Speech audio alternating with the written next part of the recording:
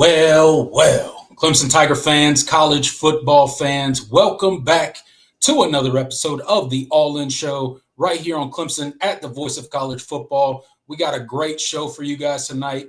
Grayson Mann is joining us for the show for the first portion, so stick around for that. It's going to be some great material from him. But before we get into tonight's show, if you're not subscribed to the channel, please go ahead and hit that subscribe button for us. Get us to that 6,000 mark that we're trying to get to. Hit that like button, really helps us out on these live videos. Consider becoming a channel member. We got some exclusive content coming out for you guys throughout the season, and you don't want to miss it. So consider supporting the show on a monthly basis. And then last but not least, the super chat feature is available for you guys. If you want to be sure that your question and or comment gets read during this live episode, go ahead and hit that super chat feature, and we'll be sure to get to it within this live show. And with all of that said, and without further ado, I'm going to bring on my co-host, Jordan Bowman. Jordan, what's up, man? How you doing tonight? Good, man. Exhausted in a lot of ways, kind of taking it all in from what we saw on Saturday. But I've had, how many hours? 48, 72 hours to kind of think things over, kind of think about what we witnessed, what the outlook for this team still is. And I'm excited to talk about it because I have a lot of negative thoughts, but I don't think it's all negative. And I think it was a lot to glean from that performance. And I don't think we need to pivot as much as maybe some fans think that we need to as far as expectations. Yeah, in these big week one matchups, it's never all bad and it's never all good, whether you win or lose. So we're going to dive into that tonight, but I want to bring Grayson on here pretty quickly. He's got to get out of here. He's got other things to do, bigger and better things to do, but we appreciate him coming on the show. So Grayson, thank you for being on the show yet again, your second time on the All In Show. So appreciate you. And thanks for being here tonight, man. Can't wait. I apologize. It's not under the right circumstances that you guys probably hoped for, but still, nonetheless, I'm excited to talk some Clemson football. Yeah, we would much rather be talking about a win right now when the Clemson Tigers took the field against LSU this past Saturday, but things did not work in our favor, and we're going to dive into it. Yeah, absolutely. And Grayson, I kind of want to just kick things off. It's very simple. As far as what we saw on Saturday, there were certainly a lot of reactions considering the expectations heading into the season, and just the performance. It wasn't quite what any of us expected. I think we all were kind of. I think my final score prediction was like 34-27. So I didn't give either defense enough credit, and I gave both offenses too much credit in a lot of ways. But what did you see from this game, and kind of your takeaways? And are the fans, is the media, is everybody overreacting about this loss and what it means for this program this season? Well, I was kind of shocked. I think where I looked and started with is usually not the local or even the fan local reaction. Sort of what is everybody saying outside the program? I think we got a pretty good confirmation today of nationally where people still view Clemson, and that's as a top 10 team, sitting at 8 in the AP poll. I know it doesn't really carry as much weight now with the college football playoff rankings, but we sat there Saturday night. You try to decipher what happened on the field, and my biggest takeaway was that once again in a really big game against the big dogs of the SEC, and particularly that big competition that you're going to probably want to see in January, kind of the measuring stick, it was halftime, and Clemson's up 10-3, had the 2 turnovers, felt like Tom Allen's defense was playing really well, and spoke to a couple people feeling like, okay, this was the moment Clemson was waiting for. And you're up 10-3, you have the ball to start the second half, you've won the turnover battle. All these years, 2022, 23, even 2024, it felt like it was on the opposite end for Clemson, where they were the ones chasing that moment, struggling to keep on holding on to the football. And here, lo and behold, they had an opportunity and it was squandered, and you're outscored 14-0 in the second half. LSU walks into your house. Death Valley was a big conversation point throughout August, and you come up short. So I understand there's disappointment. We'll get into the nuts and bolts of why. But I think at the end of the day, Clemson fans were sort of hoping for that extra oomph and proof of progress with this team because, to be fair, they have been a media darling, and me specifically has been part of that. Felt like the team was trending in the right direction. They were moving the way I think that they should have been. And overall, a couple things I was disappointed in that we'll get into tonight, but I think the world isn't over. The season is still attainable within your goals. So that's a positive, and there are some positives on the field, certainly, particularly on the defensive side of the ball. Offensively, it's a mystery. It really is. And I think Garrett Riley, in his biggest games with Clemson, it felt like the playbook is pretty tiny. And it have some criticism and some questions about how he moves forward in year 3. But again, it's not the end of the world. Clemson still has a chance to win their conference, make the college football playoff, which I think they will. But we'll talk about kind of where they stand nationally, in my eyes, I'm sure, here pretty soon.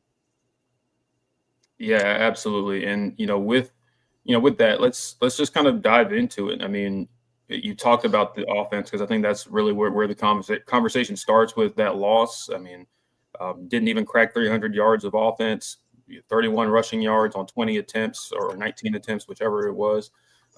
Just a pretty anemic performance on all fronts. And you heard Dabo, kind of not mince words, kind of in rare form for him today in terms of just how unabashedly critical he was of the performance and how that he welcomed the outside criticism. He said, y'all can go ahead and say it. Cade Klubnik sucks. Garrett Riley sucks. All of that. That's language you don't typically hear. I mean, and when he has the rare times he has talked like that, it's usually been a week where he's been ripping into everybody behind the scenes too. So, this was a very, very kind of telling moment, I think, for what his opinion of that performance was and what he expected going into that game. So as far as progression and where we go from here, because I think there were multiple facets of that game offensively that just did not play up to snuff. Where does it start, do you think, with this team? Was it the offensive line? Was it Cade himself? Was it Garrett Riley in the play calling? Obviously we can say like all three of those things and more were contributors, but where do you think the genesis of everything needs to start with as far as getting this offense on track? Yeah, and I'd love to start with Dabo today. He was on fire. It was rare form, as you mentioned, where he wasn't holding much back. And usually he is Mr. Optimist. He is very positive, and depending on who you ask, that's either a great thing or it's usually a pretty poor thing. And today he was not holding back and was saying that the play calling need to be better, that Klubnik, a quarterback that he spent a majority of 2 years ago defending in worse performances than Saturday's. And so you've kind of seen the standard of this offense, and particularly Garrett Riley, and I'm sure conversations behind closed doors, those two understand that Saturday's performance can't happen if Clemson needs to get to go to where they want to, which is the national championship. But I think the problems on offense stem from the run game or the lack thereof, and you can blame the play calling, but I think up front, this team really just got handled. Tristan Lee, Blake Miller, particularly on the edges, it felt like it was a losing battle from the start. I just remember that one of the first plays, you saw Patrick Payton line up against Tristan Lee, and my rewatch confirmed it. It just was all 5 of Clemson's offensive linemen were thoroughly handled. It was not a great day for anybody.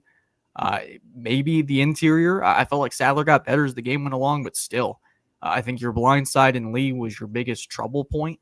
And for Klubnik, that side of the ball all night, whether that was not picking up IDs on blitzes, and you got to give Blake Baker a ton of credit. He has transformed that LSU defense that couldn't stop a nosebleed a few years ago, and now was shutting down one of the more prolific offenses in college football last year. So I think it starts there, and Adam Randall touching the ball last to start the second half is pretty unacceptable if you're a Clemson fan, and we've talked about it on this show, where Sweeney, Garrett Riley, Cade Klubnik, all these different characters, all these different cast of characters have said, man, Randall has been a force this summer. We got to get him the ball in space, and it felt like Clemson didn't do that enough. And whether that is picking up blocks of the running backs, whether it's the linemen just not able to hold a gap, Clemson can't run the ball with the running backs the total of 9 times and feel like LSU is going to respect that. They have to be more than one-dimensional.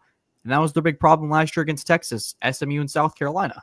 Phil Maffa couldn't run the football because he was broken injury-wise. And so this team kind of reverted back to its old habits and its old sins. And so Brian Kelly said it best Saturday night, if you're one-dimensional, you're pretty easy to defend. And trusted his corners to go out there on an island with some pretty elite talent with Clemson here. Obviously, losing Antonio Williams hurts, and you expect them back here soon. But overall, Clemson's run game and offensive line has to be better. It'll be kind of this domino effect. If that can be fixed, I think Klubnik, it's not all on him. He obviously has to play a lot better, but I think at the end of the day, it starts up front, and the run game has to get better. Yeah, I mean, for me, Grayson, you kind of hit it on the head there. I think it started, much like I said, entering the game. When me and Jordan were breaking down this game last week on the All In show, I said in big games like this where you have comparable talent all over the field, it's about what happens in the trenches. It's about what happens in the game within the game, and whoever wins the line of scrimmage is going to win this game. And that proved to be true.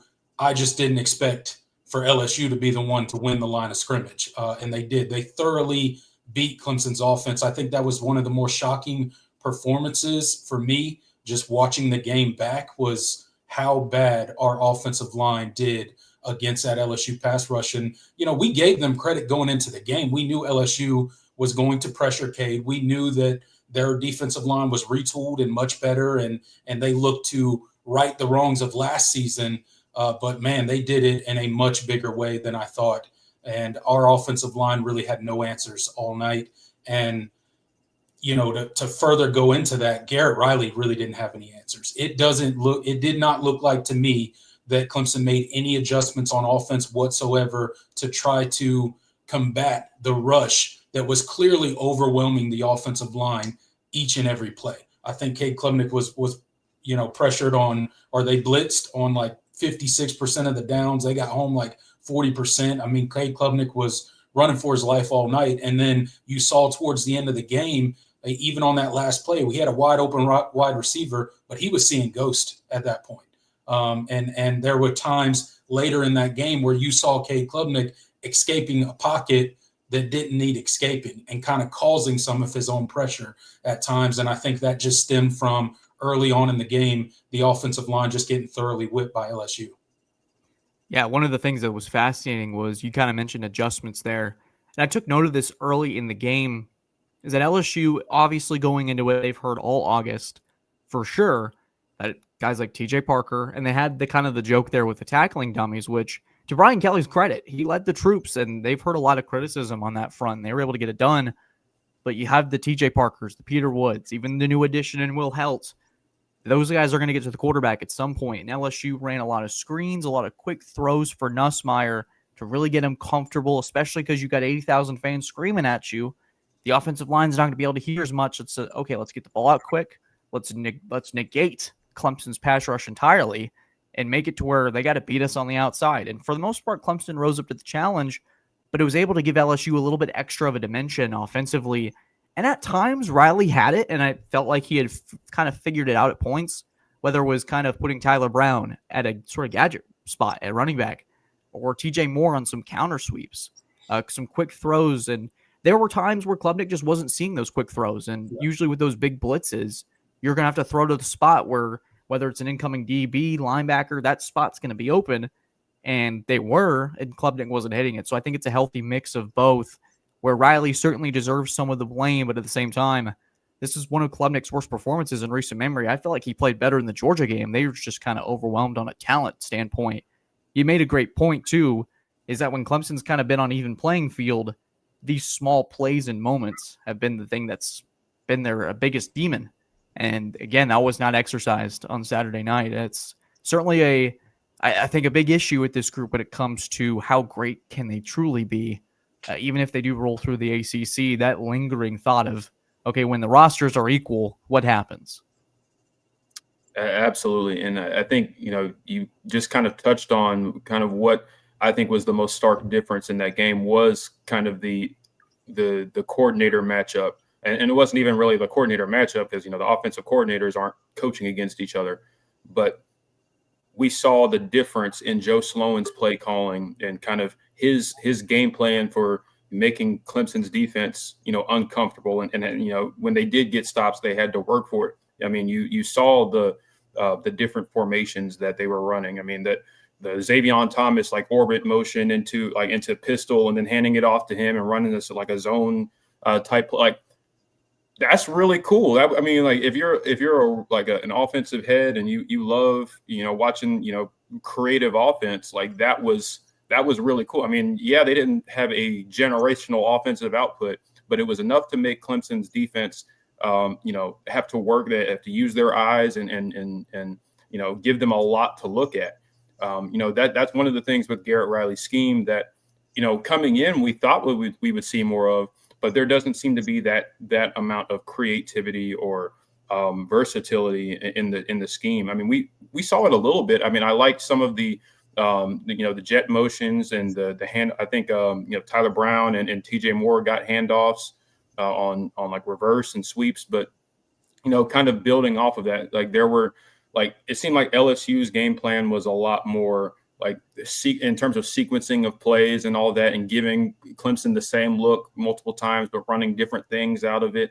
Like that was kind of the biggest difference, and it made things a lot more difficult, whether it was motioning an H-back across the formation and then countering to the opposite side, like things like that. Like we didn't see that enough from Clemson, and that it made, like Brian Kelly said in his press conference, it made Clemson predictable. And when you're not, committing to running the football like LSU did, they didn't run for 1,000,000 yards, but 31 rushes for 108 yards is much better than 20 for 31. And it at least makes the defense have to respect it. So I think that's one of the things that, moving forward with this team, if we're going to see Clemson reach the potential that we think this team still has, I think we got to see more of that. And it's got to start with Cade. He's got to make the layups, because he didn't make the layups either. So that it goes hand in hand. It's interesting with LSU. There's so much eye candy, and with all these NFL scouts there too. I'm sure they're watching and going, man. I kind of look at this as kind of a fun analogy that someone threw at me. It's Clemson's offense and Garrett Riley's offense on Saturday. It's like you're watching a good movie, like a 6 out of 10, and you have some good ideas in there. So maybe there's a really good character in there, but you leave it kind of wanting more. Man, I wish they would expound more on that scene or that plot. And then watching LSU's offense and those spurts and those drives, all those motions, different adjustments, it's like watching a great film. You come out there going, when's the sequel coming out?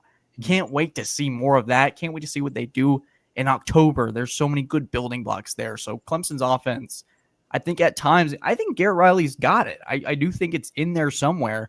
It's just a matter of whether they trust it. They're willing to throw it out there in those big games because it's there. I do think there are some ideas that maybe make me sit there and go, I haven't seen that before. It's pretty creative. It's cool.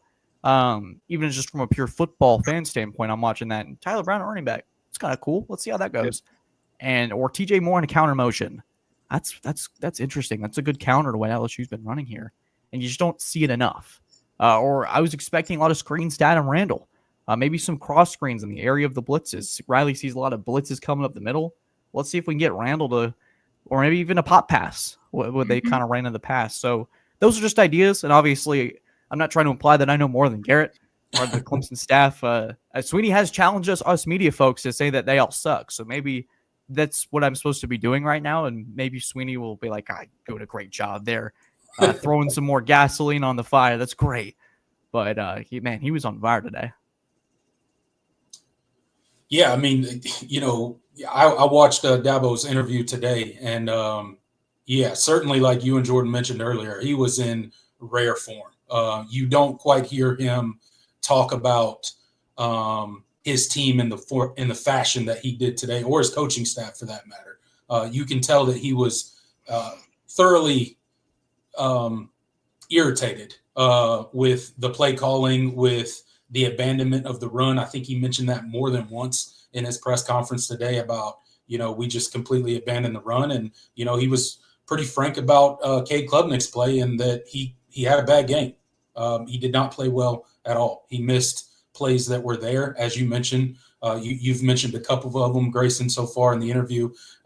He missed some wide open guys. And a lot of it had to do to the pressure. And then a lot of it had to do with, him going back to some of those bad habits that Cade has displayed before. Not so much last season, but the season prior with the happy feet in the pocket and trying to escape a pocket that doesn't necessarily need to be escaped. But I did want to mention one thing about the defense that not concerning, but something to watch. Right, Okay.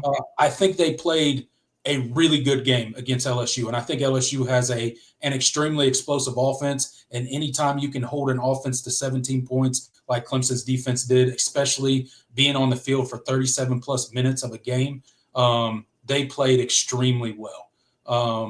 But the one thing that I saw is they were still getting gashed on the ground a little too often. There were times where LSU was having a little too much success and getting some of those explosive runs on the ground. So although that run defense has obviously improved, still some work to do there. Yeah, I think work to do there is the right term. And I think if you had told, let's say you guys are tailgating and I walk up and I say, I'm from the future and Clemson's going to hold LSU tonight to 17 points and they're going to force 2 turnovers, I think the entire surrounding tailgates would be like, oh my gosh, how many points are we going to win by tonight? Yeah. Like, what are we wow. winning by, 14, 21? I think you'd feel really good about it. And and Sweeney's, one of his best quotes today was the only offseason narrative that stuck was that Tom Allen's legit.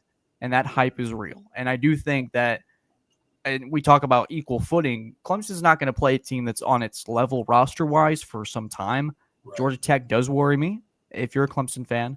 But overall, I think until maybe now November or late October, Belichick may throw something weird out there. But based off of what we saw last night, I don't know. Yeah, that was quite the mess. But anyways, I do think that this defense is going to be very special. And with Tom Allen, the tackling was a lot better. I know they had some whiffs, and you do usually in these games.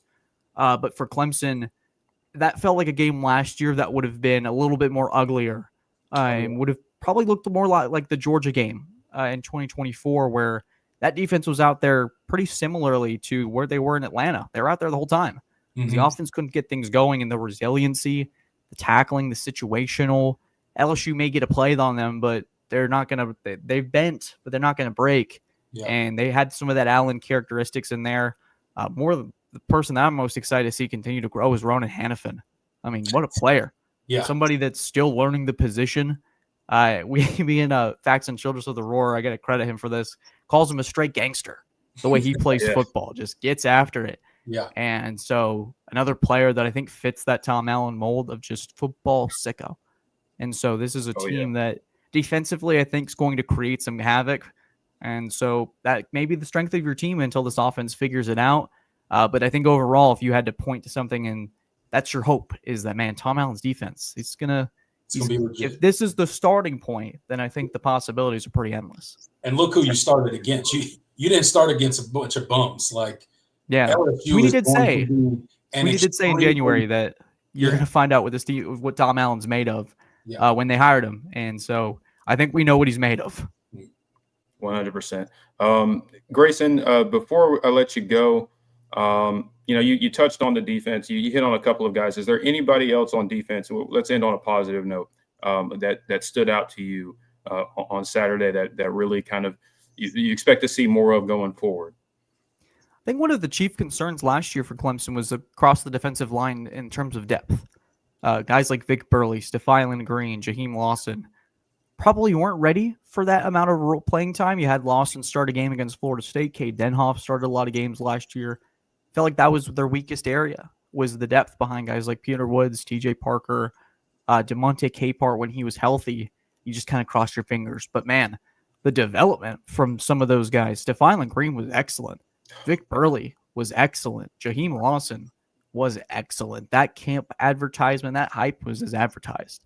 And that's a group that I'm very high on, that you can rotate NFL guys in.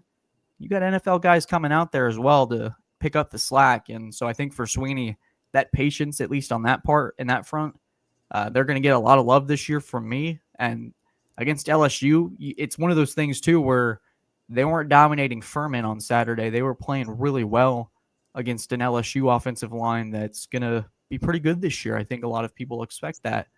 And so to see your backups play really well and contribute solid reps will help as well. I think we expect them to be good, but obviously you never know how it translates. It was good on Saturday.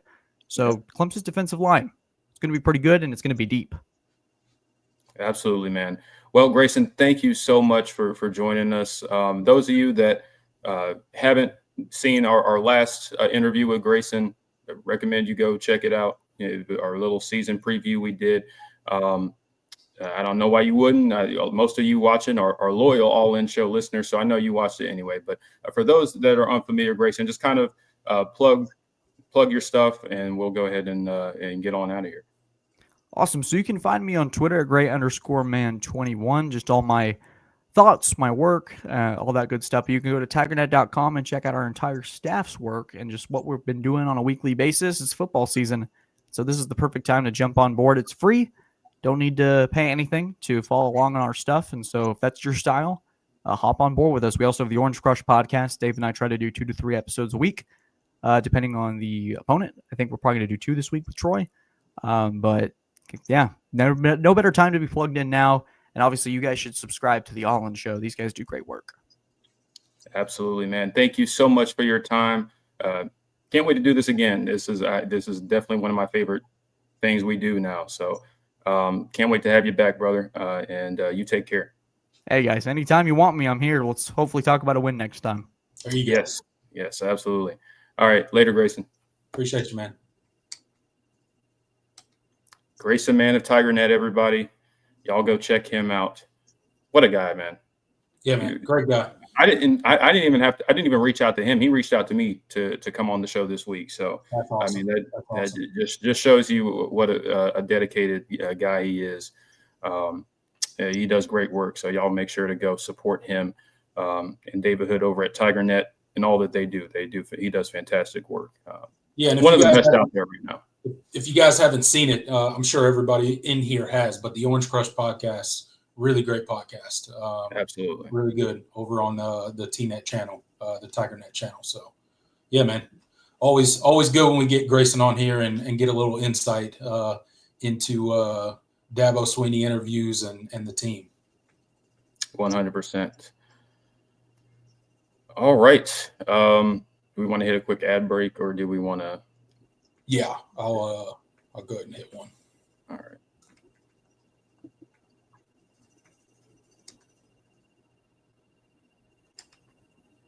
Yeah, a lot of running Hannafin love in the chat. Yeah, I mean, he was phenomenal. I think he was Pro Football Focus. He was Clemson's best graded player. I'm not, Pro Football Focus is kind of iffy sometimes. Yeah.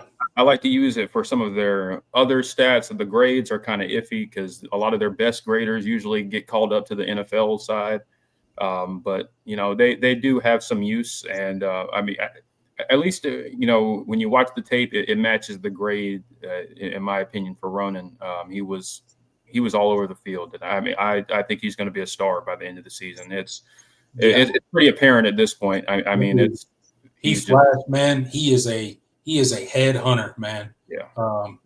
He hit that one dude so hard he knocked the own wind out of himself. So he's a guy that's going to be all over the field. He just looks natural at the position.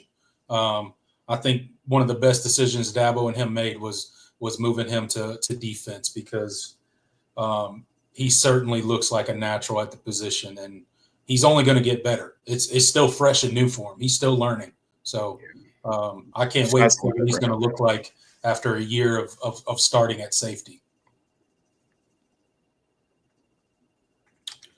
All right, guys, if you did not know, we now have merch. That's right. The Voice of College Football, Clemson, has merch. The entire Voice of College Football network has merch, but we have merch specifically for Clemson and the All In Show right here. We got some hats, some T-shirts, come in various different colors. Got all the sizes on there. Got some polos. Got some crew neck sweaters, and then obviously some coffee cups, a thermos, and a can cooler right there. So go check it out.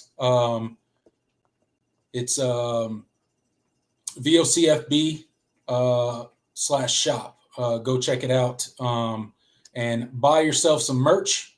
And we would love for you guys to check it out. Was that on the screen? No? Okay. No, it was not. Hold on. Let me try that one more time so you guys can see the merch that we have. Share screen. This is elite podcasting. Elite. This is why we need a producer. Yeah. Oh man. If we had a producer, that would make things so much easier. There you go. I had to add it to stage. All right. So there you guys see it right there. We got some mugs. We got a thermos there. Can koozie. Let's see what else. Some polos, some t-shirts, some crew necks, sweatshirts right there, come in different colors, all that kind of stuff. And then some hats up here and another version of the t-shirt. So go check that out, guys. With that said, we also have the Voice of College Football has a website. So go check out the website, vocfb.com. That's vocfb.com, where you can stay up to date on all things Voice of College Football, all things Clemson football. Got articles over there, got our show schedules over there for all the various channels. So go check that out, and we would appreciate your support with that. Jordan, we got our first super chat of the night, so let's go ahead and get to that before we continue on with the show. Drew says, salute, guys. Great to see you in 2025. Not a great start for our Tigers, but we will bounce back. Yeah, I mean, thank you, Drew, for the super chat, first of all. I mean, listen, this is we reiterated, if I can speak today, we reiterated, before the game, that, this didn't define the season. This game was, if you lose, it's not over. We did talk about how we felt, you have to treat it as must win just for the importance of this game as far as establishing momentum, dispelling some of the narratives about this program. And obviously it's just nice not to have some breathing room when it comes to the college football playoff discussions. But listen, I think I underestimated LSU's defense as much as we felt they had retooled and how good I think the talent was. I didn't expect them to be as good as they were that quickly. So, that's just one of those things. I mean, it's a guessing game ultimately when you're doing these preseason predictions. And, I don't think it changes fully how good this team can be. But it just means they have to do some retooling, and they still have some work to do. And so, obviously this coming week against Troy, I think is going to be a good opportunity to iron out some things, see the ball go through the hoop. This team certainly needed it last year, with the App State game, it certainly did. It was a springboard for that middle part of the season where they were just putting up a bunch of points and the offense was just couldn't do any wrong, really. It'd be nice for this week to kind of be a similar kind of thing. So, hey, a lot of season left. You're absolutely right, Drew. So I love the optimism, and we'll see kind of what they do on Saturday, and we'll talk about it. Yeah, absolutely, man. Thank you for the super chat. Appreciate you. All is not lost. All is not lost, people. Life will go on. Clemson football will be just fine.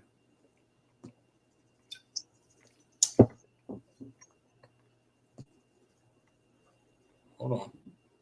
Lost my place here. Sorry. Oh, boy.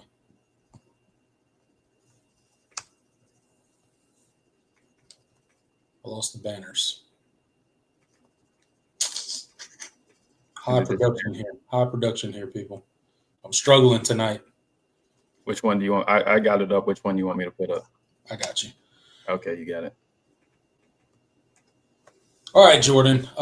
We are now 3 days removed, I guess, roundabout here from the LSU loss in Death Valley on Saturday night. And let's just kind of put our final thoughts on it and what we think it means for the Clemson program and what this Clemson team does moving forward.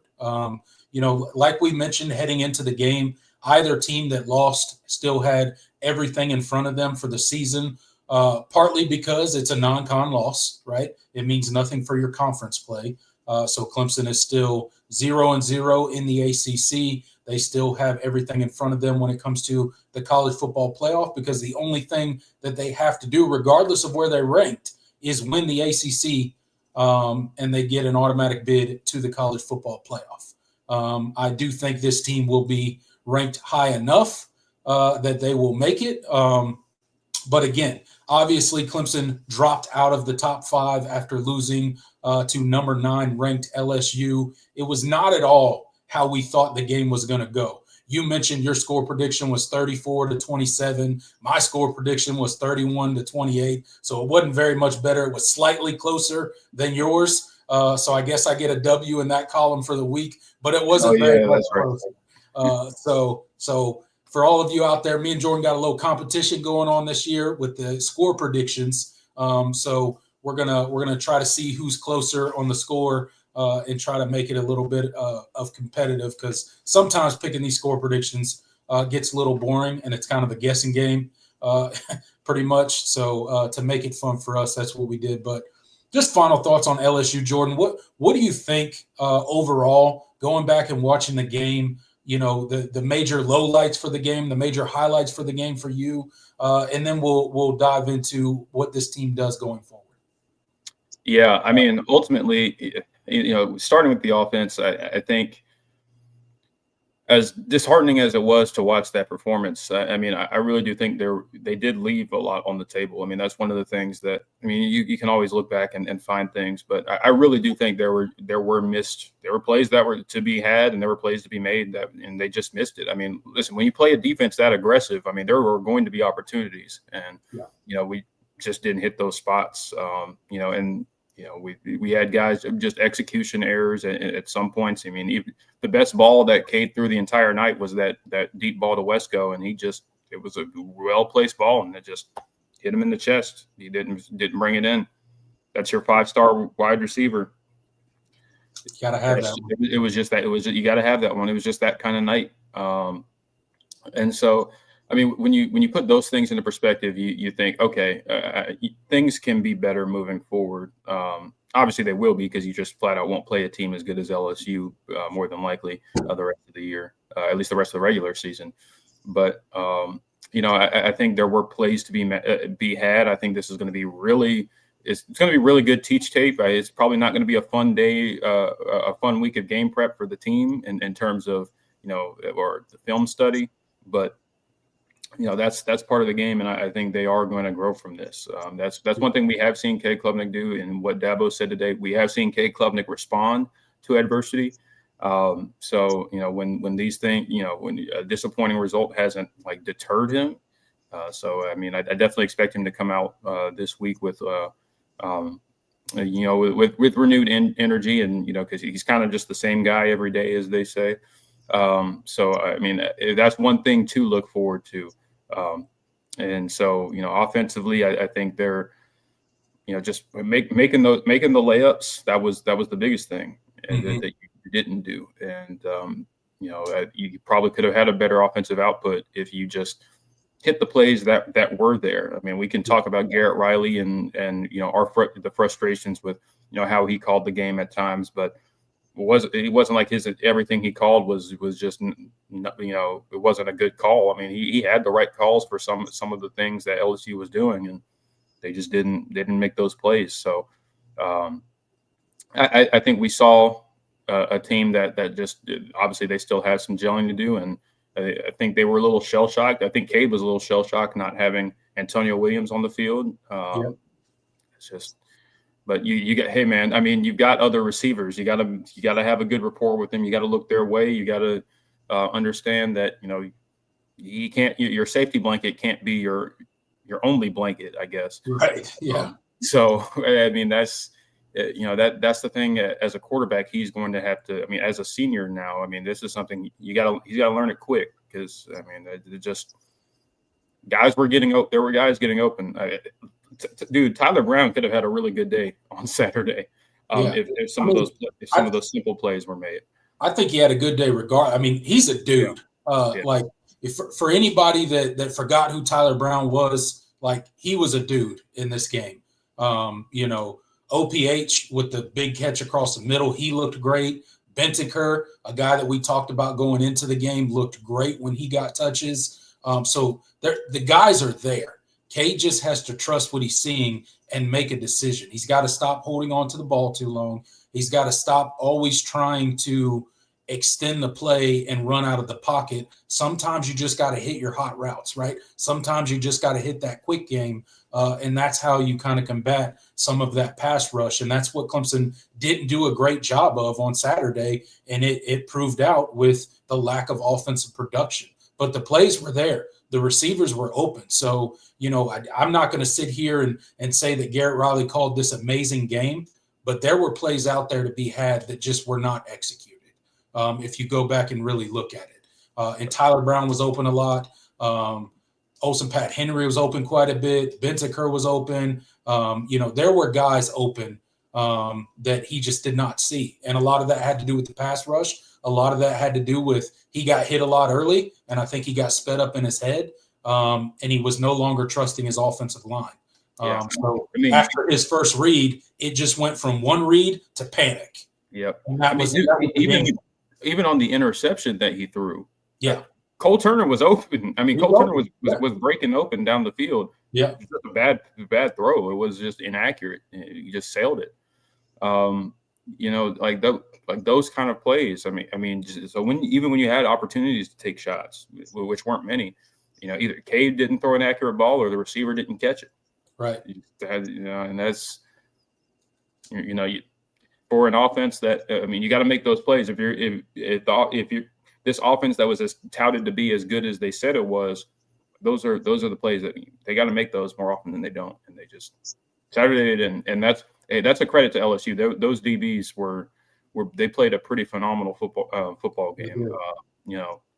I thought they were obviously Mansour Delane was phenomenal. I mean, I think he gave a one catch all game. And he was just blanketing. I mean, he had some blanketing coverage on the guys he was lined up with. That they as a unit, that LSU secondary, they're certainly much improved, obviously, and getting Halsey back in the second half was a big deal for them. But hey, listen, there's only so many guys when you're sending 5-6 guys every play, those DBs can't cover everybody. I mean, right. There were plays to be had. Just by a numbers game, there were guys breaking open, but you just weren't hitting them. Yeah, and they were blitzing for a big portion of the night and leaving those corners out on islands and not covering certain routes because you just didn't have enough personnel to cover the routes because you were sending everybody in a blitz, and Cade just didn't see those routes. He didn't see those receivers that were streaking open. He was too concerned with the rush, and they got home more often than not.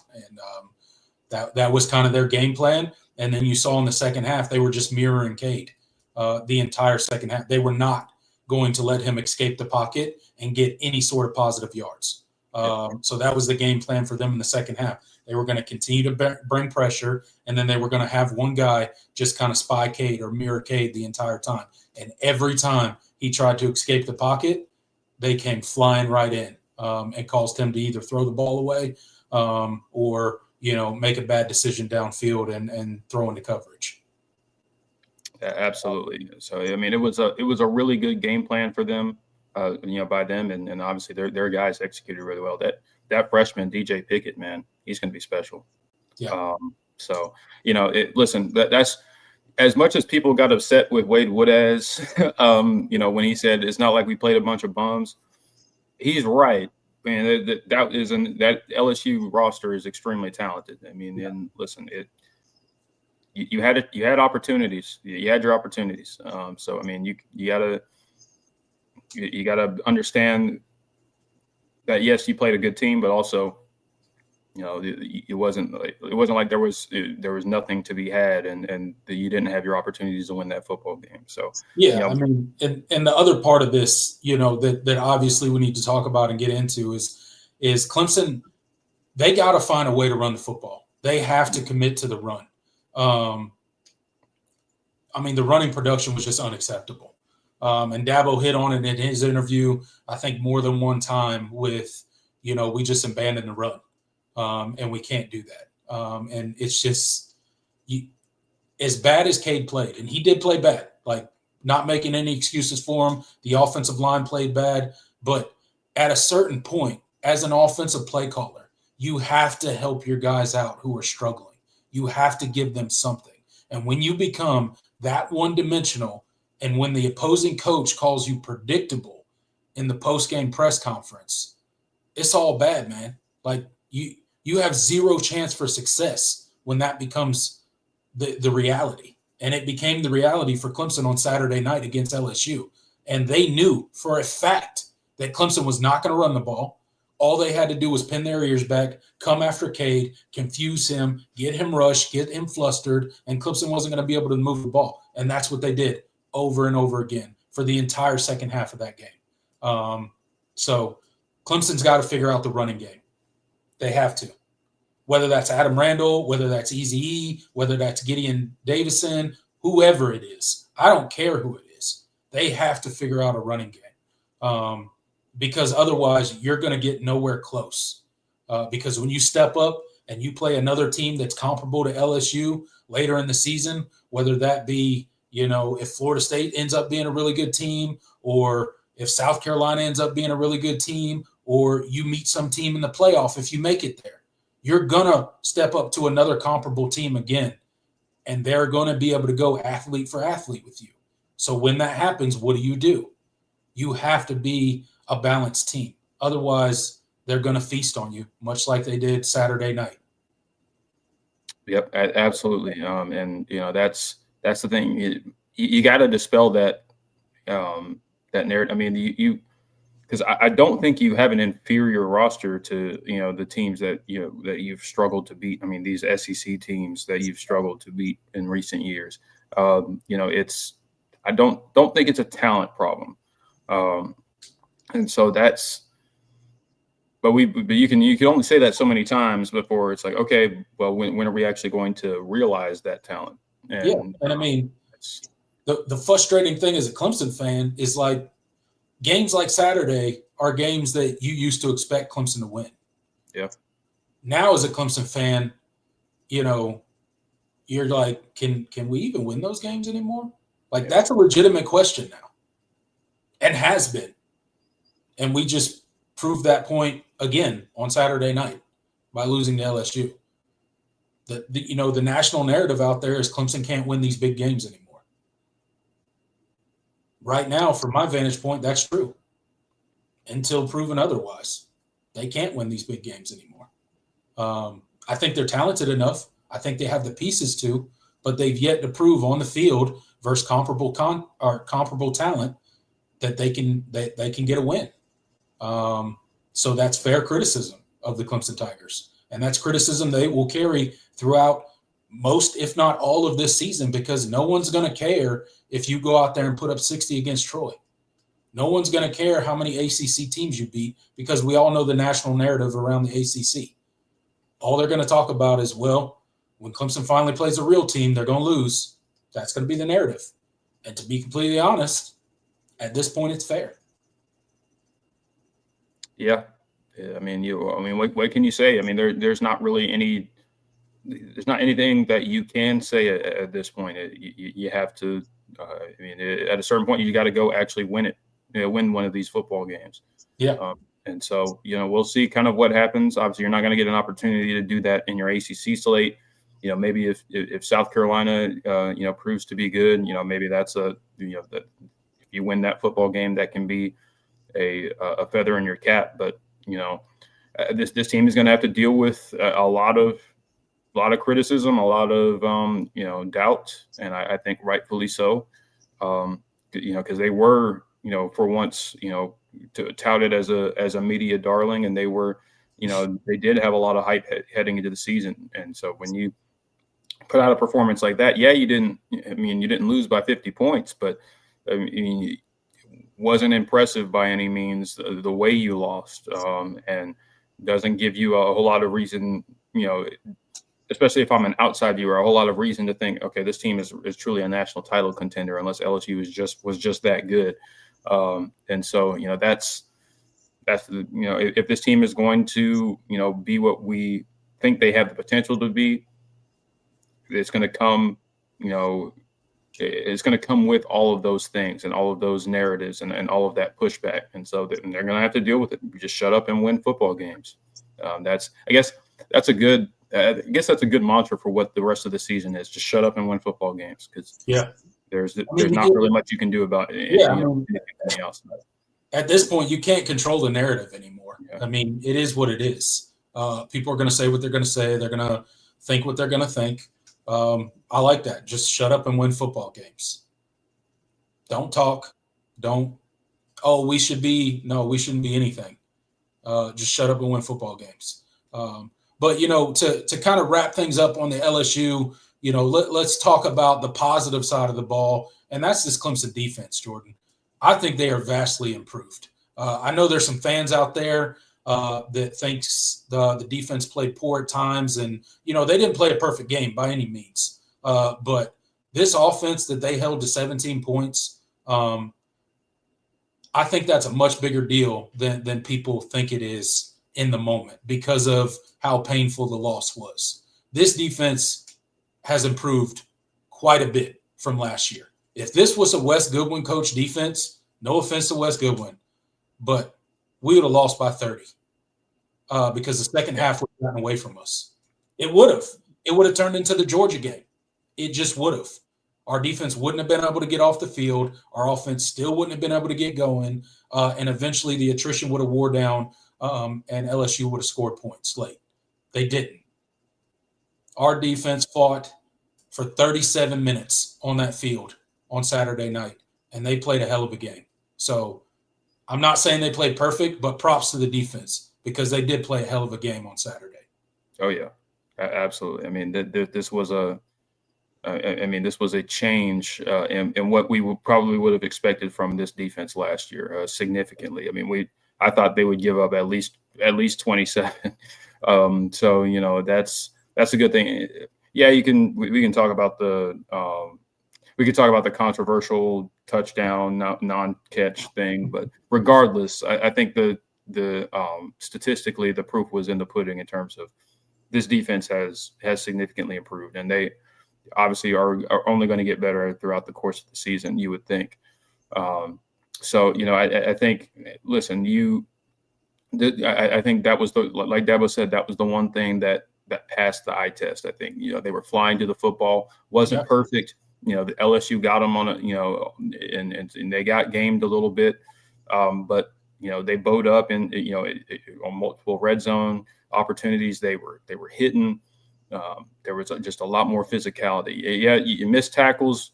Hey, listen, we knew that there were going to be some missed tackles, but it wasn't to the degree that we saw last year. And I think that's a credit to how far they've come. I mean, I think you're going to expect to miss some tackles in a week 1 game. LSU missed some tackles. It happens.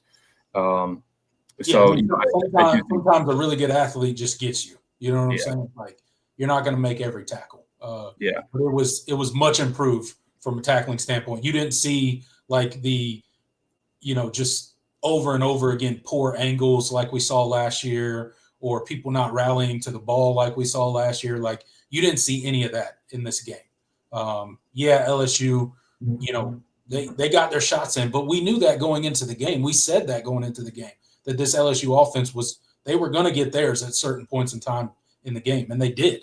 But for the most part, this defense shut down that LSU offense. And that's not easy to do. No, it's not. And they, you could talk about the Clemson pass rush, and I know a lot of people were like, "Wow, we didn't see, the Clemson defensive line pressuring Nussmeier like Cade got pressured."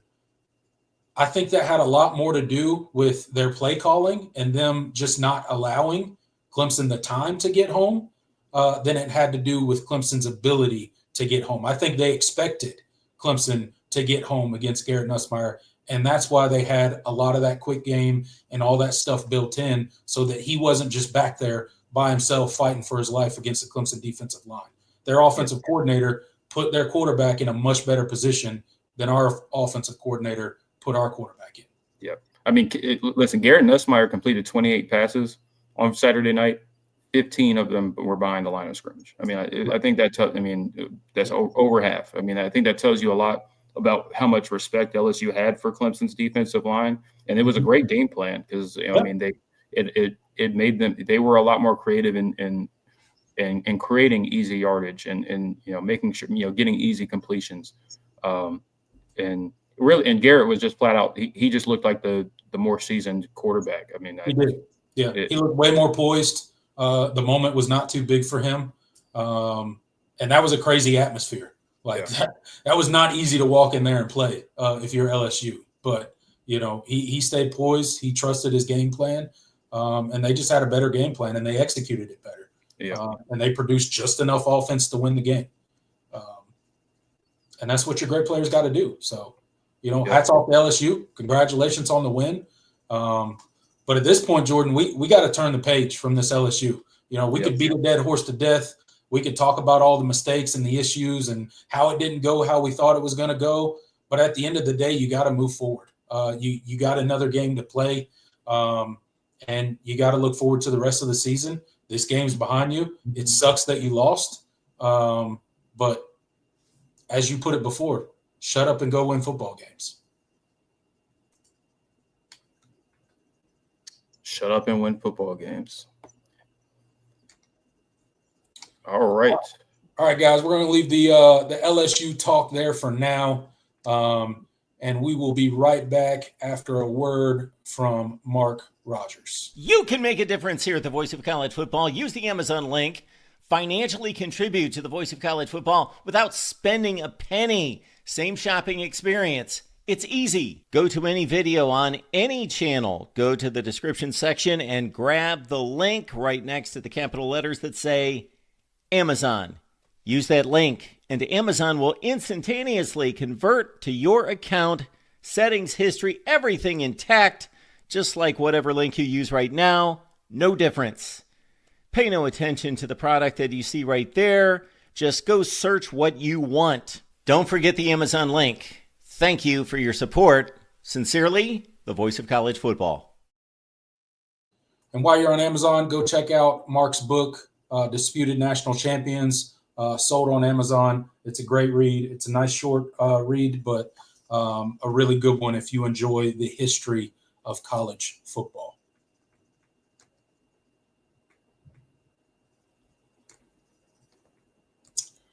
All right, Jordan, it's time to turn the page. Clemson does, in fact, have another game to play this Saturday against Troy.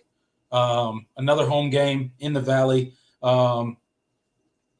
Your thoughts on this Troy game, what we're going to see from this Clemson Tiger team, and how they turn the page, how they take this adversity coming out of the LSU game and how they turn it into motivation for the rest of the season. And that starts this week against Troy. You got to go out. You got to, again, like I said before, find your running game, and you got to have a get-right game on offense, right?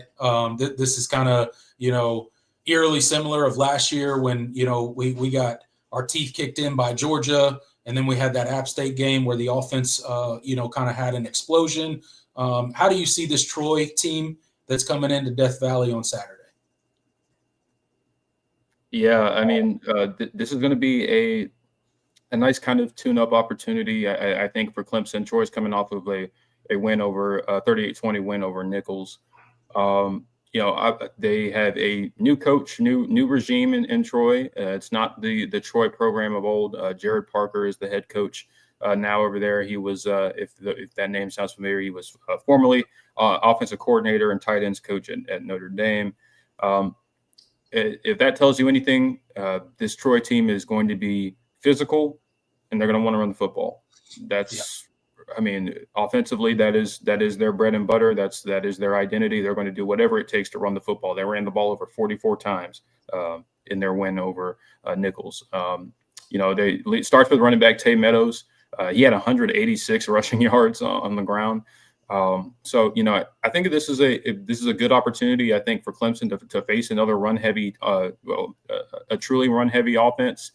And we kind of get to see how much this run defense has improved, because, hey, as well as I think they acquitted themselves mostly on Saturday in terms of the run defense. I mean, LSU wasn't exactly known for running the football last season. And obviously with the new offensive line, they, that obviously played into it. So, I think you expect to see them continue to kind of work on those things against Troy and build on that.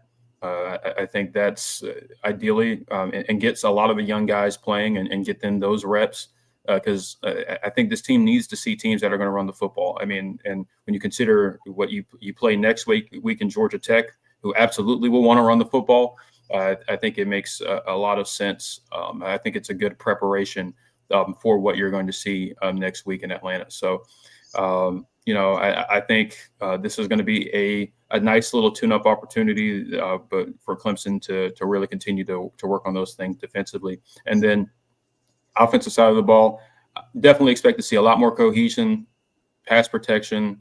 Troy's defense wasn't anything to write home about, to be quite honest. I think this is a game you should be able to put up points in. If you don't, we're going to be having some questions. But I think, this is, I think for the offense, especially, I think it's important for them to see the ball go through the hoop. And I think you have the opportunity to put up a lot of points. I think the spread is Clemson. What is it? Clemson minus 34. Yeah, it's 33.5. 33.5. Jesus. Clemson minus 33.5. Yeah. So, I mean, if that tells you anything, Clemson should put up points in this game.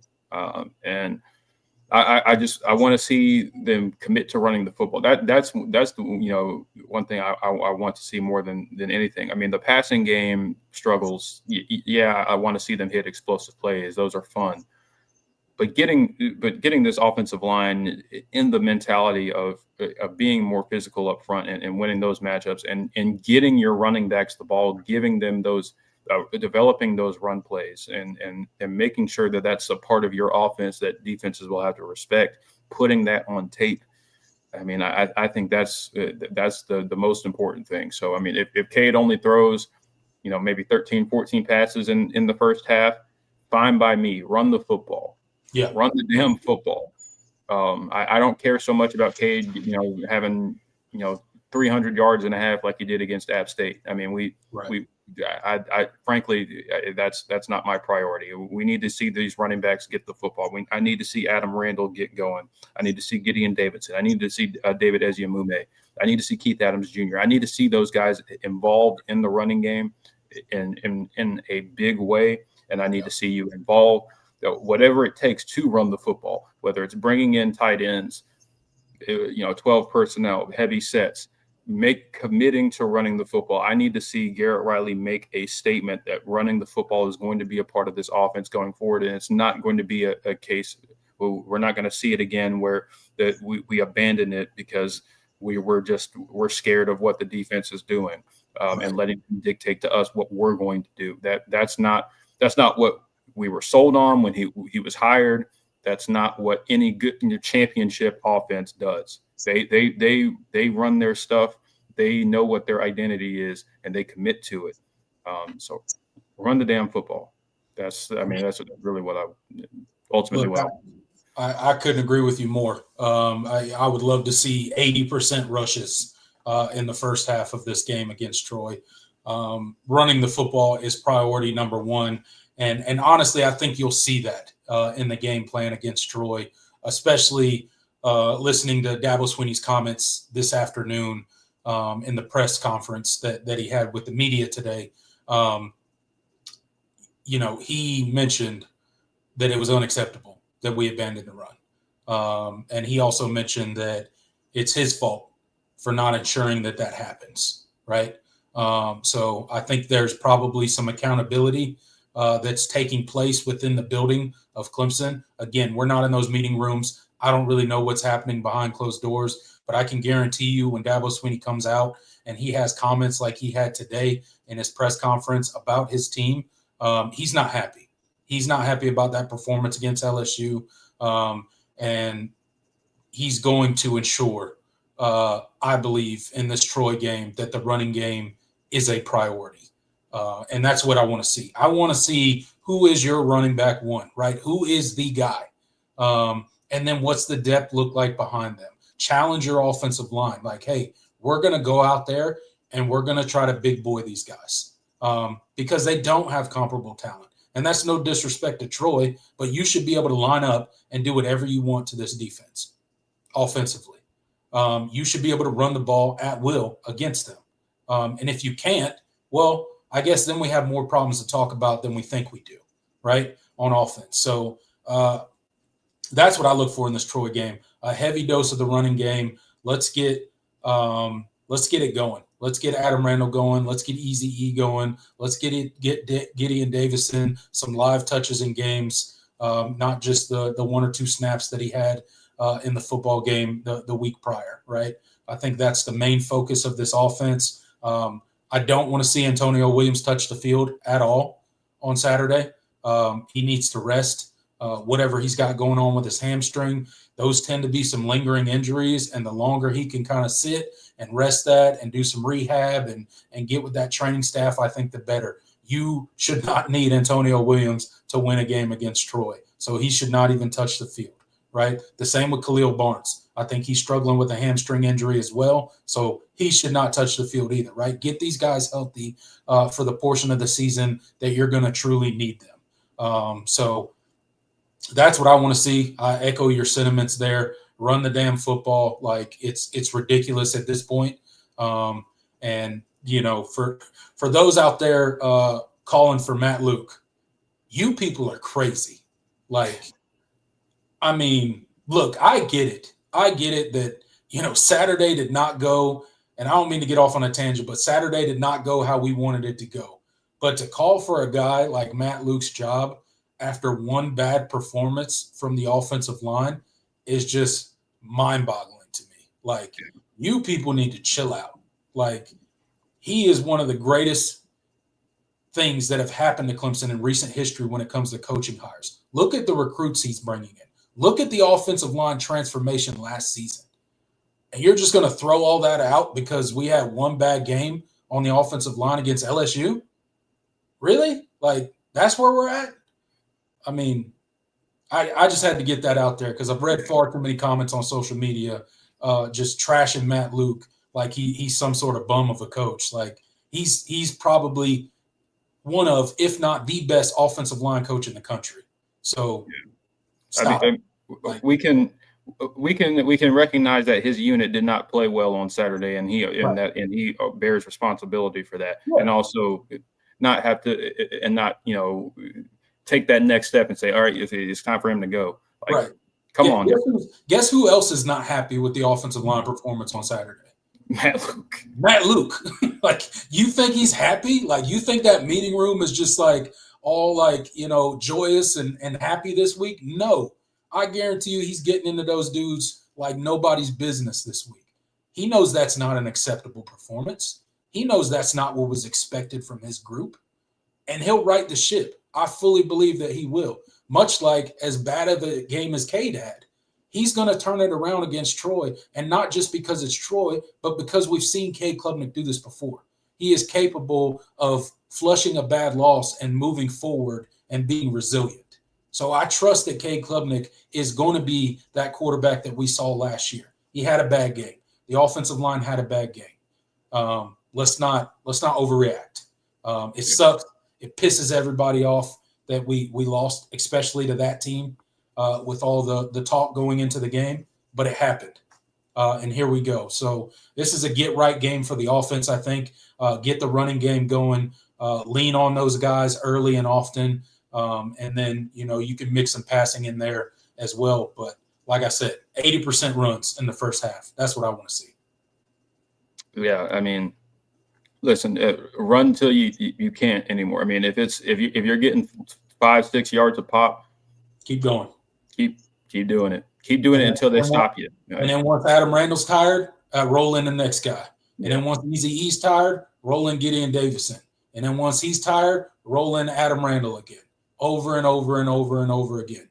And then roll in those offensive linemen because you got a bunch of guys that can play. So that's what I want to see. And then you mentioned it, but defensively, like, I want to see that running defense stand up again. I want to see them play to a standard against Troy and really get after it, much like they did against LSU. So continue with the defensive momentum that we have, play to the standard, and let's see, because they're going to test that run defense for sure. I think their running back went off for 186 186, yeah, or something like that last week. So they want to line up and run the football. So let's line that defense up and figure out how much improved that run defense is. So I think that's something I'll be looking for as well, to see if that defense is going to play up to the standard and continue with the momentum that they built in the LSU game. 100%. I want to see. Listen, when they do throw the football, I mean, you got to Bryant Wesco, TJ Moore. Listen, they were recruited, 5-star receivers. You can't be you can't rely on being the 2 and 3 to Antonio Williams your entire career. Right. You're going to be asked to make play. Just because he wasn't on the field, it doesn't mean that now all of a sudden I can't get open. I can't make plays. Go make the plays. That's what you're recruited for. Not calling them out in particularly. I mean, I thought TJ Moore was fine. I thought Bryant Wesco certainly did not have his best game, especially in terms of catching the football. But we needed more from them. That's just the reality than we got on Saturday. I mean, and we're not giving you that many snaps. I mean, you gotta go make plays. I mean, Kristen Smith played 3 snaps on Saturday. I mean, if y'all are not going to plays, they're going to throw him in. So, I'm surprised that he only got 3 snaps, especially with Antonio Williams going down. Yeah, I figured he would definitely get into the rotation a bit more than that on Saturday, but just wasn't the case. I would have liked to see him down there in the red zone a little bit more, but you didn't see him down there. But again, not calling out the wide receiver core, saying they're terrible or anything like that. They're really good. They just didn't have a banner day on Saturday, and they for sure didn't help their quarterback out that was obviously struggling. Yeah. Cade didn't have any help, man. And I'm not making excuses for him because he played poor, and he's the leader of the offense, and he's the best player on offense. So as Dabo said in his interview today, dudes got to be dudes, right? Yeah. And Cade was not a dude on Saturday. Nope. But I believe he'll get that corrected. But when your dude, quote unquote, is struggling, you need other people to step up and help him out, and that just didn't happen on Saturday. No. Nobody stepped up on offense. Except maybe the tight ends. I think the tight ends. Yeah. OPH and Christian Bentaker, they had their moments. When they got their touches, they made the best of them. That Olsen Pat Henry catch across the middle. I don't know how he held that onto that, man. I don't know how he held on to that. I thought for sure he was going to drop that ball, but he did not. Shout out to him for that. That's one that'll be in the highlight reel for some time to come. Absolutely. All right. We want to hit I guess we kind of hit our keys to the game, run the football and play run defense. I mean, I think that's win the battle up front in the trenches, have a much better showing on the offensive line this Saturday, run the football early, run it often, run it all game. And then on the defensive side of the ball, here's another test of your run defense. So prove that you've made the right steps. Yep. That's it. Don't let them run. This is a team that's going to run the football. Don't let them citadel you. Yeah. Don't. They're not an option team, but you get what I'm saying. Yeah. The sentiment still stands. Yes. Don't let them citadel you. Run defense and running the football on offense. That's the keys of the game for Clemson, and that's all I really want to see. Yeah, I'm sure you can go run by their DBs. Like I'm sure you can, throw for 300 yards, but I don't think that's what's important in this game. What's important is establishing that run game and building some momentum in the running game for the rest of the season, so that your offensive line has some confidence, so that your quarterback has some confidence in the running game, so that your running backs have confidence, right? And like you said last year, just kind of seeing the ball go through the hoop like we did against App State, but a little bit different flavor. Do it on the ground this time and not through the air. Yep. Hey, and as far as the offensive line goes, play around with rotations, play around with lineups. Find something that works. Yeah, roll guys in, put guys in different roles, try different things. This should be a game where you can figure some things out offensively. Figure out some answers that you will need later on in the season when it really matters. It better not matter against Troy because, man, Clemson fans really will lose their mind. You think they calling for people's jobs now? Yeah, I mean, this is not Neil Brown, Troy. Like if you're, I don't even want to talk about it. Yeah. All right. All right, I'm gonna hit another ad read real quick, and then we will finish it up with a score prediction and then comments.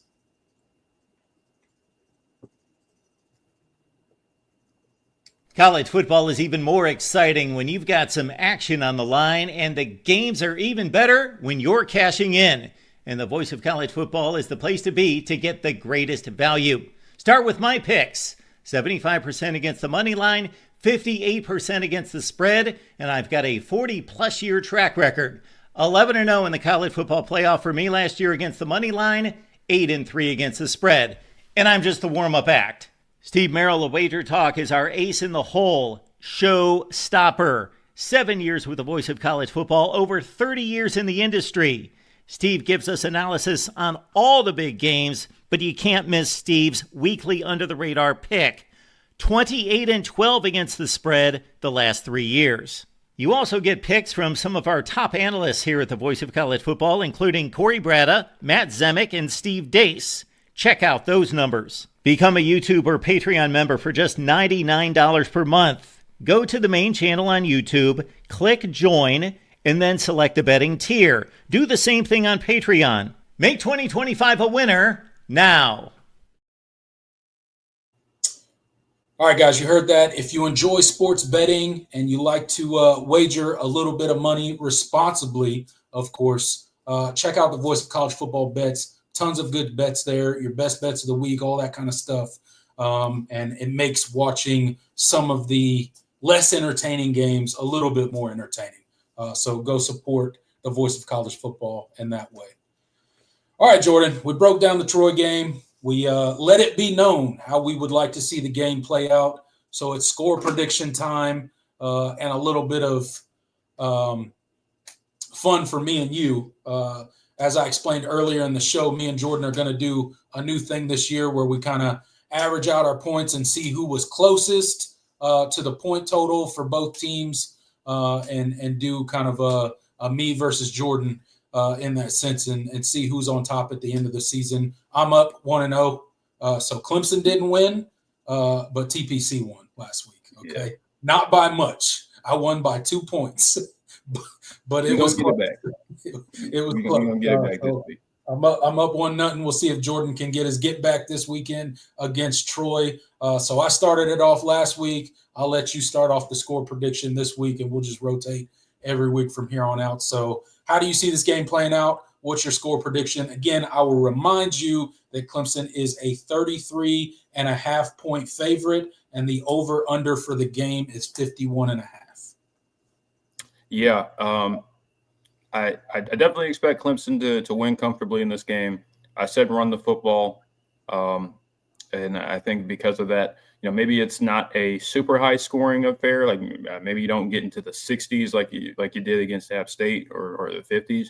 But I'm thinking 49-7 type of win for Clemson. I do think I think your defense, should answer the challenge. I don't think this Troy offense is going to have much for you if you can contain their run game. I don't think their weapons are anything special.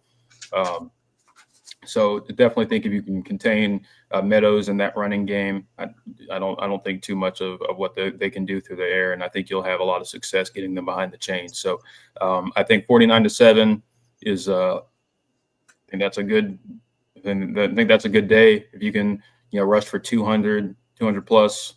I think that's a good day, and just build some continuity and establish a pecking order at running back and figure out who your best five are on the offensive line and who's just going to play up to the standard that needs to be set. So, 49-7 for me. Clemson wins comfortably. Absolutely. I believe that Clemson will win this game very comfortably. Hopefully we see a big dose of the running game, and we feel a little bit better about that aspect of Clemson offense heading into the Georgia Tech game that'll be the following week. So my score prediction is Clemson wins big, 41-3 is my final score prediction for the Clemson Tigers to get it done against Troy this weekend in Death Valley. So that's how I see it going. 41-3. You got it at 49-7. Yep. So we'll see who's closer on the point total and who's got the closer score prediction. Drop your score predictions in the comments below. Let me know what you think the score is going to be. Yeah, we'll see what you guys think as well. But Jordan, that kind of does it for our planned portion of the show. We got 46 people in the live chat right now. Make sure you like and subscribe, guys. Likes really help us out on these live videos. Consider subscribing. Me and Jordan do this show each and every week, year-round, not just during the season. We do the All-In Show year-round. So we talk college football and make college football videos right here on Clemson at the Voice of College Football every single week, year-round. We also do post-game live videos immediately following every single Clemson game, including the losses. We're always here to answer the call, even when our predictions are wrong. So join us this Saturday immediately following the Clemson-Troy game for our post-game live video. Consider becoming a channel member. We have channel memberships just debuted this season. So if you want to support the show on a monthly basis, that's a good way to help us out and support what me and Jordan do here on Clemson at the Voice of College Football. And we'll have some exclusive content coming for you guys during the season, something that everybody won't get. It'll just be members only. So if that's something you're interested in, consider becoming a channel member and supporting the show on a monthly basis. And also we have the Super Chat feature. If you want to just drop a Super Chat to support what we do here, we welcome that as well. And with that said, and without further ado, our favorite part of the show, Jordan, let's turn it over to the comment section for a couple minutes, and then we'll get out of here. Yep. Let's do it. David hits us with his score prediction, 45-10. I think that's well within the range of possibility right there. I like that score prediction.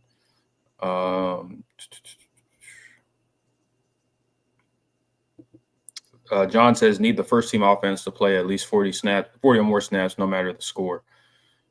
I guess it depends on how where those snaps come, because hey, I mean, if you get a lot of 2-3 play drives, it's going to take a long time to get to snap 40.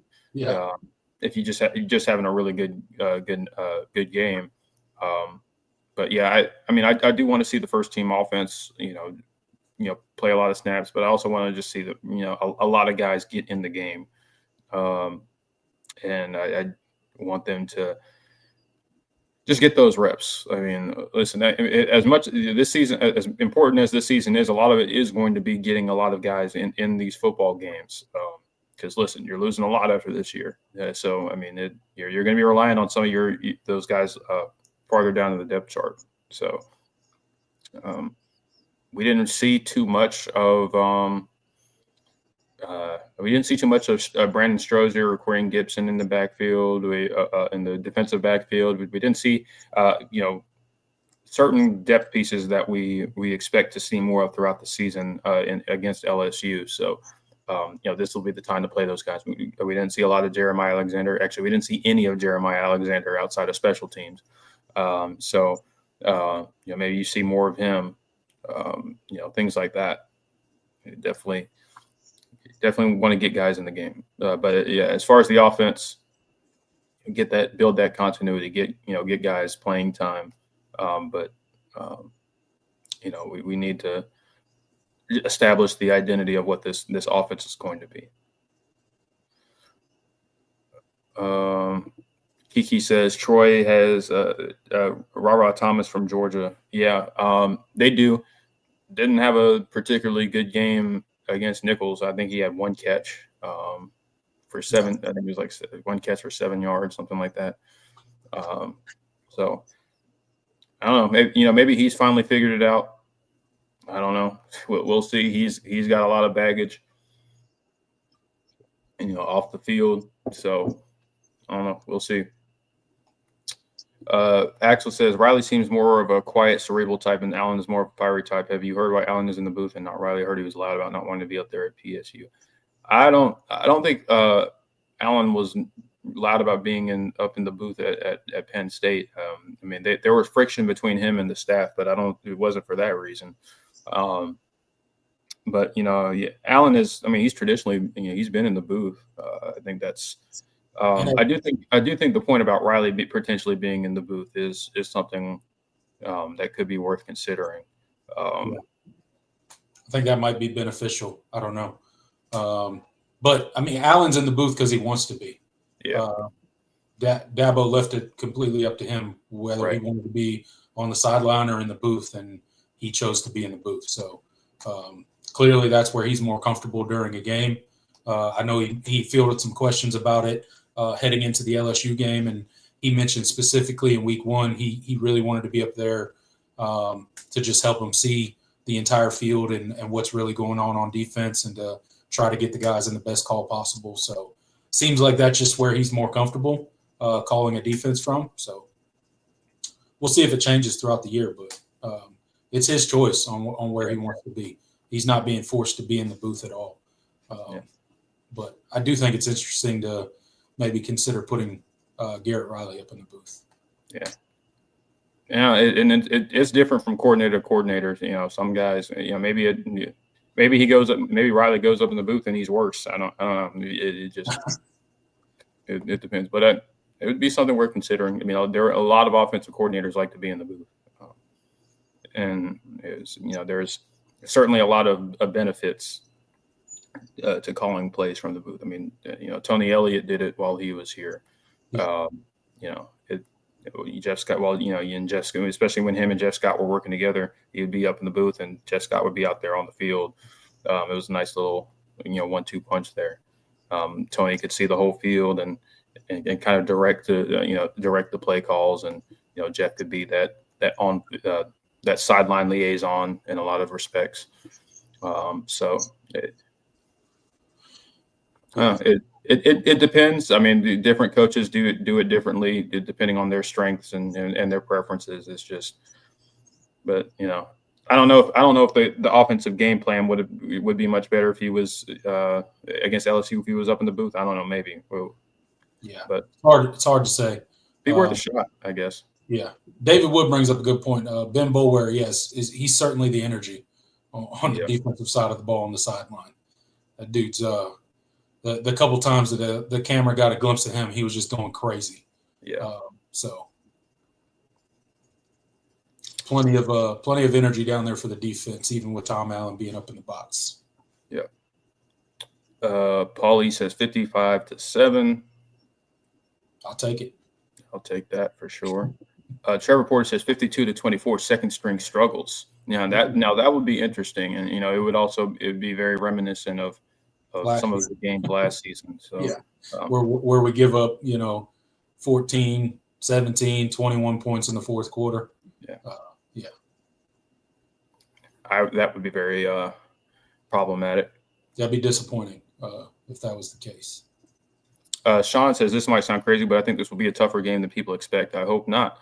Yeah, I hope not either. But hey, listen, Troy's they're going to want to play physical. I mean, they are a physical football team. They're going to want to be downhill and run the football, and they're going to find ways, creative ways to run the football. So, if you struggle, that's it's going to be concern. That'd be concerning. But it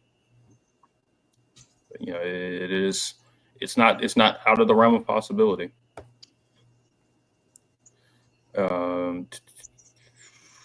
Let's see. Isaac Smith with a BYOG or sell. The running backs as a group have 25 plus carries. Yeah, I'll buy that. I mean, I There better be. Yeah. KD's got it. Yeah. Yeah, I would like to see 35. All right, look, 25 ain't enough. They need to lean heavy on the run on Saturday. Yeah. We had 20 runs in the LSU game, and it felt like we didn't run the ball at all. Arthur says, this game ruined my whole weekend, but our OC needs to do a better job. 51-13 Tigers. Yeah, I mean, hey, listen, I feel you. I mean, there's not another one of my teams that dictates my mood more than Clemson football. I mean, yeah. Yeah. I was we were hurting on Saturday night at about 1 o'clock in the morning, sitting in here doing this show.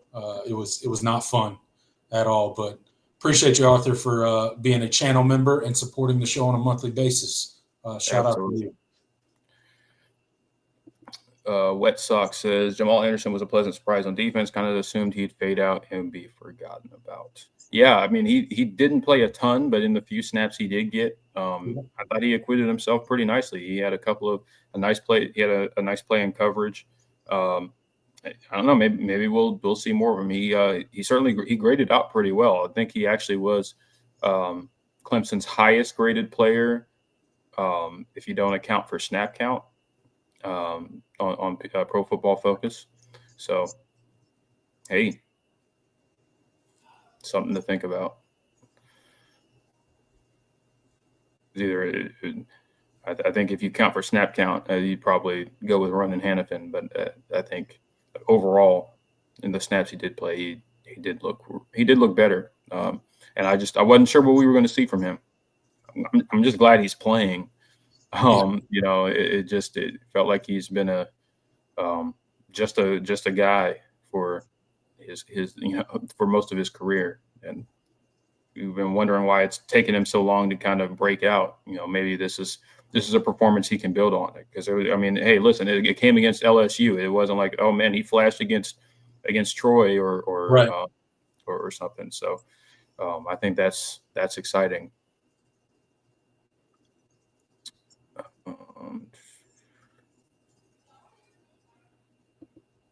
Cheese is nasty. You think Dabo will start helping call plays?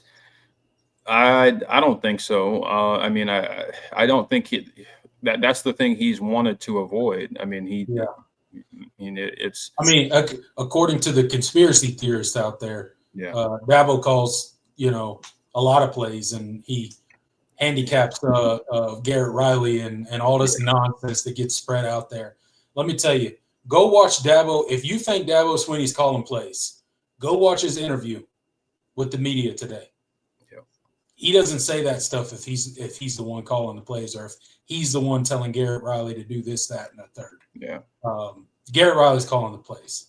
I know we went through this last year quite a bit, Jordan, and I know that's not what Cheese is Nasty is talking about, but it just brought it up to my mind that there's still people out here rolling out with the stuff of, Dabo's dabbling in the playbook, and, he's calling plays and he's handicapping Garrett Riley, and that's why the offense looks the way it does. Stop it.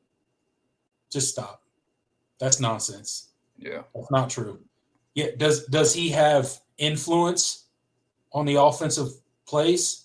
Does he have influence on how the offense does things? Sure. He's the head coach. What head coach doesn't have influence on their team? But is he calling plays? No, not at all. It's Garrett's offense to call. They don't.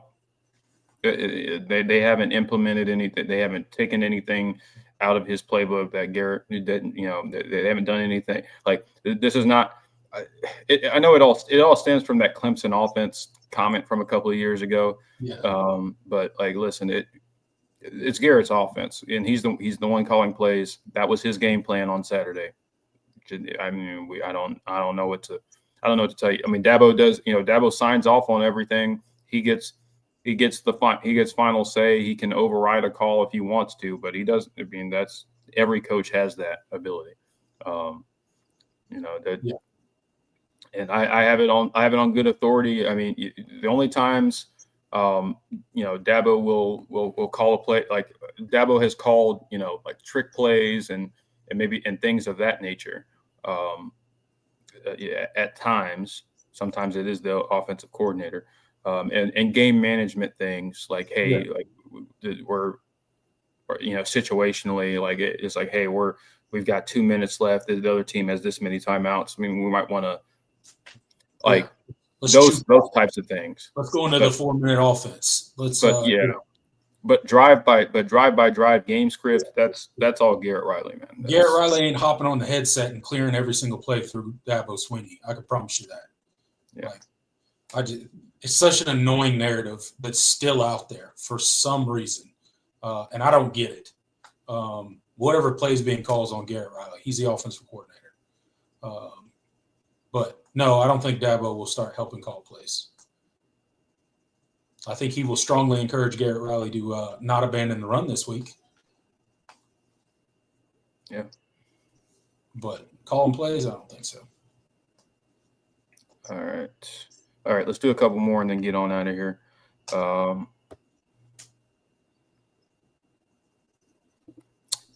John says our second string front got a lot of snaps versus LSU without much drop off. Green, Denoff, Lawson, Burley. Yeah, I mean, I think they acquitted themselves really well. I mean, they played really good. Stephon Green is a stud, man. Stephon Green actually, I can't even call Stephon Green our second string because he started.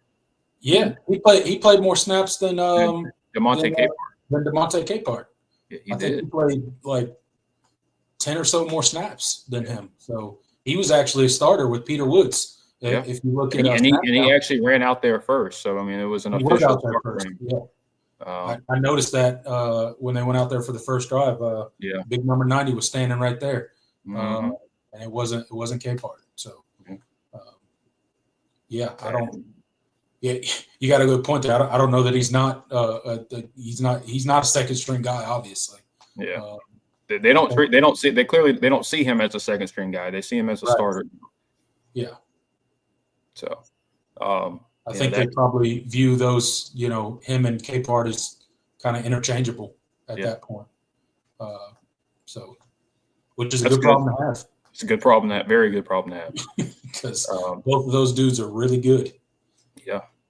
You mentioned Cade Denhoff. I mean, we didn't talk about him much, but I thought he played really well. I mean, he was one of the guys that, he's been in the program a long time, but you hadn't really seen much in terms of that next step in his progression. But listen, first game, as far as first games go, I thought he played extremely well, and much better in run fits than he was last year. I think he's gotten stronger.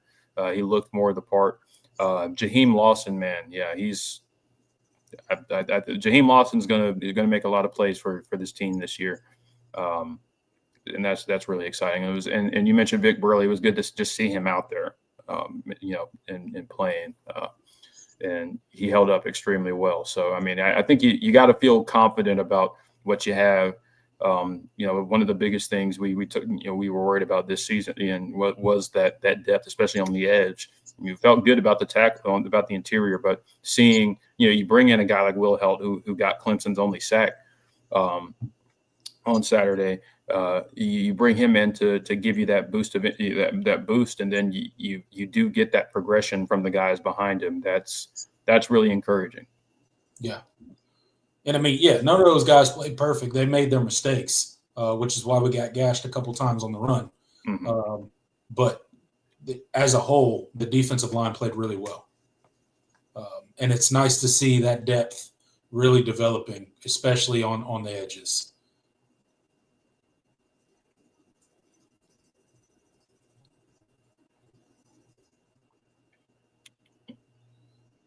All right, guys. I don't know what just happened.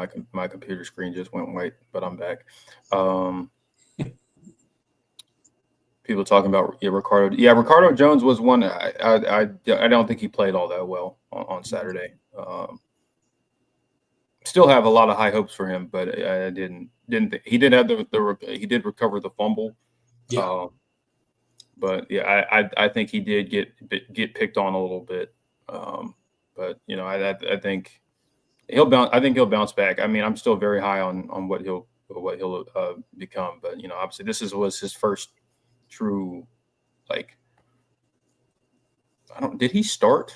Did he run out there for? I can't remember if he was out there on the first play. So. I think he was out there first. Yeah. Yeah. I mean, this was his first true start. It was definitely a mixed bag. I think he had some rough moments, but I think he'll be okay. And listen, hey, it helps a ton with running Hannafin making plays. So he's going to be very good for us.